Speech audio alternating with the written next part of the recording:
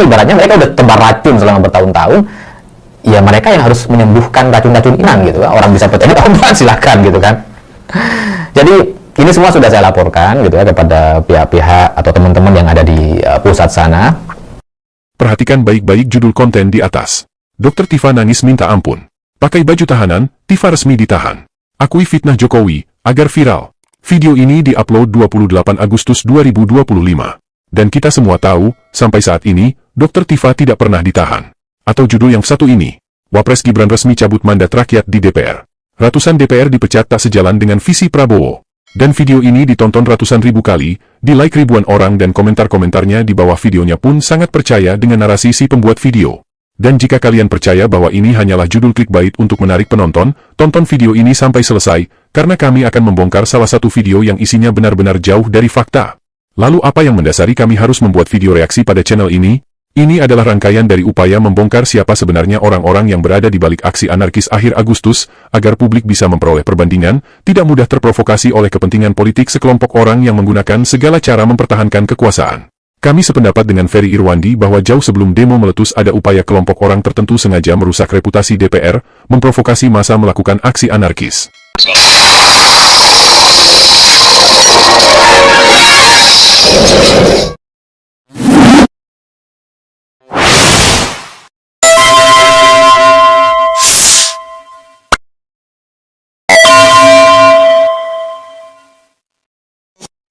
Refli Harun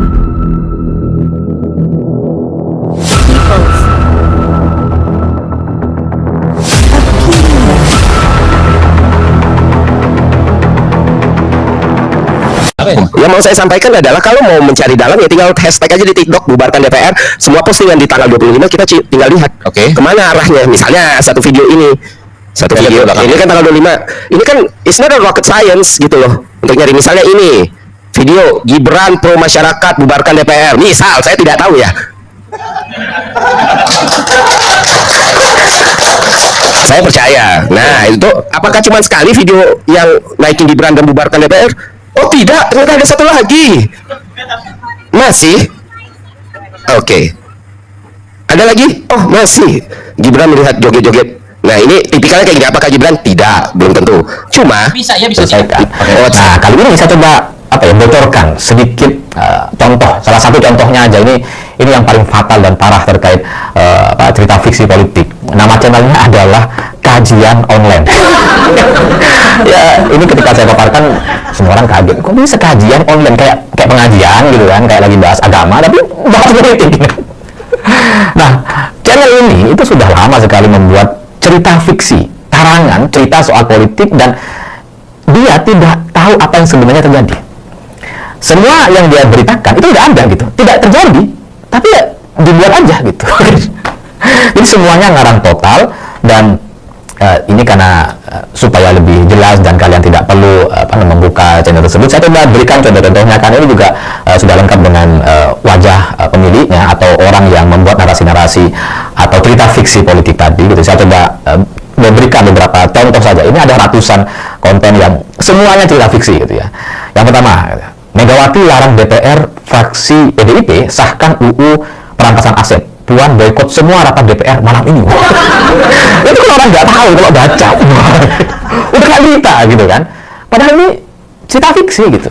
Sama seperti cerita fiksi setan atau hantu, itu kan settingan sebenarnya gitu. Nah ini politik gitu. Terus kemudian Presiden Prabowo tetapkan 17 September batas waktu pengesahan UU perampasan aset, DPR otomatis bubar. Nggak ada, fiksi aja gitu. Terus Presiden Prabowo bekukan fraksi DPR yang tolak UU perampasan aset disahkan. Megawati protes keras. Nggak ada, Bu Mega nggak protes, Bu Mega nggak bicara apa-apa. Dan secara aturan nggak bisa juga Presiden membubarkan atau membekukan fraksi DPR.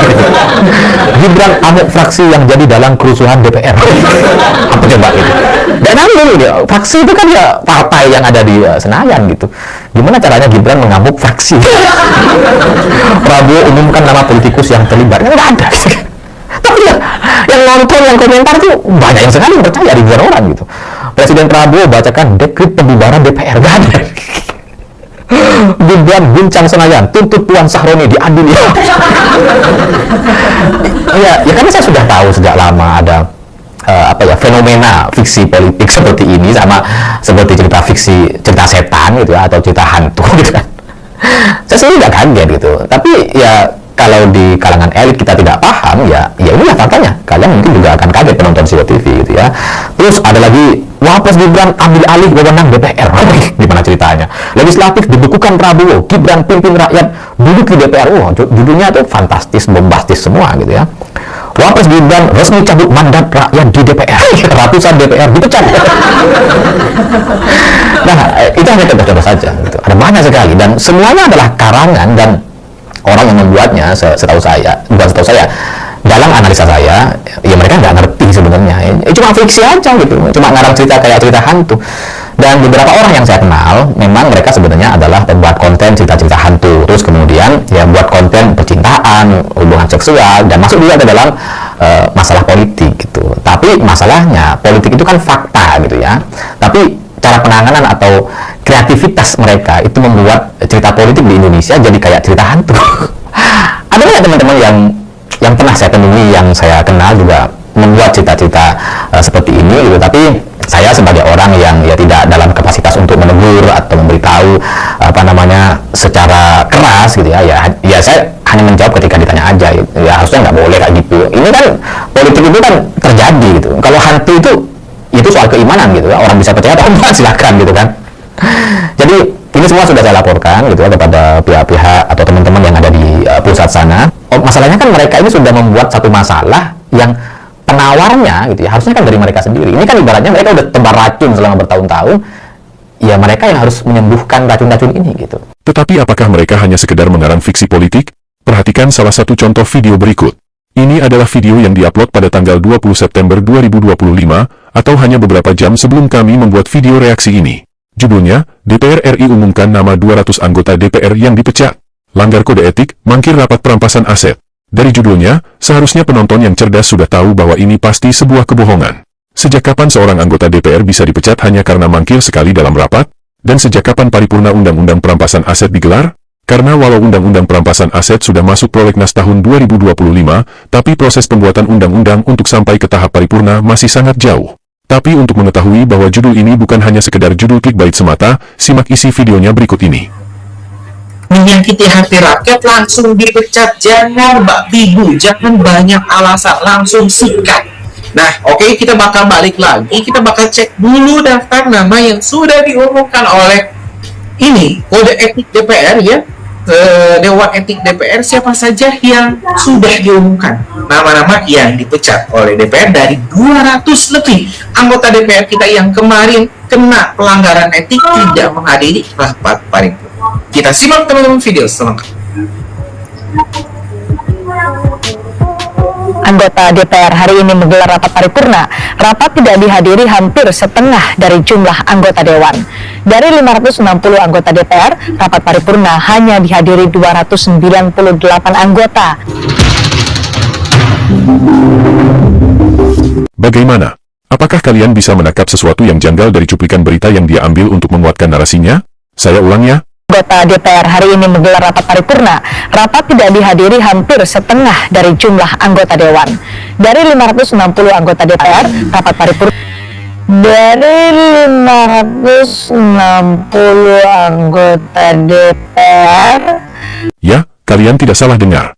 Dia menyebut jumlah anggota DPR sebanyak 560 anggota. Dan ini berarti, berita ini adalah berita lama, karena jumlah anggota DPR kita sekarang sebanyak 580, bukan 560 orang. Jadi untuk diketahui, pada periode tahun 2024 hingga 2029 jumlah anggota DPR kita sebanyak 580 orang. Kemudian di periode sebelumnya, periode 2019 sampai 2024, jumlah anggota DPR 575 orang, dan di periode tahun 2014 sampai 2019 jumlah DPR kita berjumlah 560 orang. Dan akhirnya, kami menemukan video di Kompas TV yang disiarkan 6 tahun lalu, tepatnya 4 Juli 2019, dan kami pastikan bahwa cuplikan videonya inilah yang diambil dan dikemas seolah-olah kejadiannya adalah kejadian di tahun 2025 ini. Anggota DPR hari ini menggelar rapat paripurna. Rapat tidak dihadiri hampir setengah dari jumlah anggota Dewan. Dari 560 anggota DPR, rapat paripurna hanya dihadiri 298 anggota. Wakil Ketua DPR Utut Adianto menyatakan sebagian besar anggota DPR yang tidak hadir atas alasan izin. Salah satu agenda rapat paripurna DPR yakni pengesahan pertanggungjawaban pelaksanaan APBN 2018 yang dihadiri oleh Menteri Keuangan Sri Mulyani. Dewan Etik DPR siapa saja yang sudah diumumkan nama-nama yang dipecat oleh DPR dari 200 lebih anggota DPR kita yang kemarin kena pelanggaran etik tidak menghadiri rapat paripurna. Kita simak teman-teman video selengkapnya. Anggota DPR hari ini menggelar rapat paripurna. Rapat tidak dihadiri hampir setengah dari jumlah anggota Dewan. Dari 560 anggota DPR, rapat paripurna hanya dihadiri 298 anggota. Anggota DPR hari ini menggelar rapat paripurna. Rapat tidak dihadiri hampir setengah dari jumlah anggota Dewan. Dari 560 anggota DPR, rapat paripurna hanya dihadiri 298 anggota. Sanak jelas ya? Channel ini menggunakan video 6 tahun lalu, dipotong dan diulang-ulang, seolah kejadiannya terjadi di tahun 2025. Dan akibatnya apa? Simak beberapa komentar di kolom komentar videonya. Berikut ini. Salah satunya dari akun Soepardi Martodikro 5857 yang berkomentar seperti ini. Walaupun dipecat tetap jadi target perampasan aset kekayaan. Bayangkan, sumber video dari 6 tahun silam, dan penontonnya percaya bahwa kejadian itu sungguh-sungguh terjadi di tahun 2025. Mereka terhasut, ikut membenci DPR, dan bahkan ikut mendukung jika rumah anggota DPR dijarah atau dirampok massa. Salah satu akun bahkan berkomentar, tandai, tahun 2029, jangan pilih anggota DPR dari partai yang ada di DPR sekarang. Dan inilah sesungguhnya yang mereka inginkan. Dengan merusak nama partai dan anggota DPR yang ada sekarang, mereka berharap partai baru yang belum ada perwakilan di DPR akan dipilih masyarakat. Sayang sekali, provokasi mereka sampai menelan korban jiwa dan bahkan fasilitas negara dengan kerugian yang tidak sedikit. Hanya demi mempertahankan kekuasaan dan ambisi mendulang suara di tahun 2029, negara dan bahkan rakyat tak berdosa dikorbankan. Ada ratusan dan bahkan mungkin ribuan akun yang melakukan provokasi dengan memanipulasi data seperti ini. Dan kami sudah mengulasnya di video-video kami sebelumnya. Anehnya, polisi hanya menangkap para pelaku pembakaran dan penjarahan, yaitu orang-orang yang sebenarnya tidak tahu apa-apa, hanya terprovokasi dari manusia-manusia tidak bertanggung jawab seperti channel satu ini. Ini adalah ibarat seorang pemilik sirkus memerintahkan anak buahnya melepaskan singa yang lapar di kandang domba milik warga. Singanya ditangkap dan dihukum, tapi anak buah dan bosnya yang dengan sengaja melepas singa dibiarkan melenggang.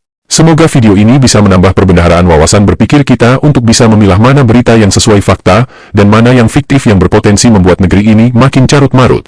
Terima kasih sudah menonton.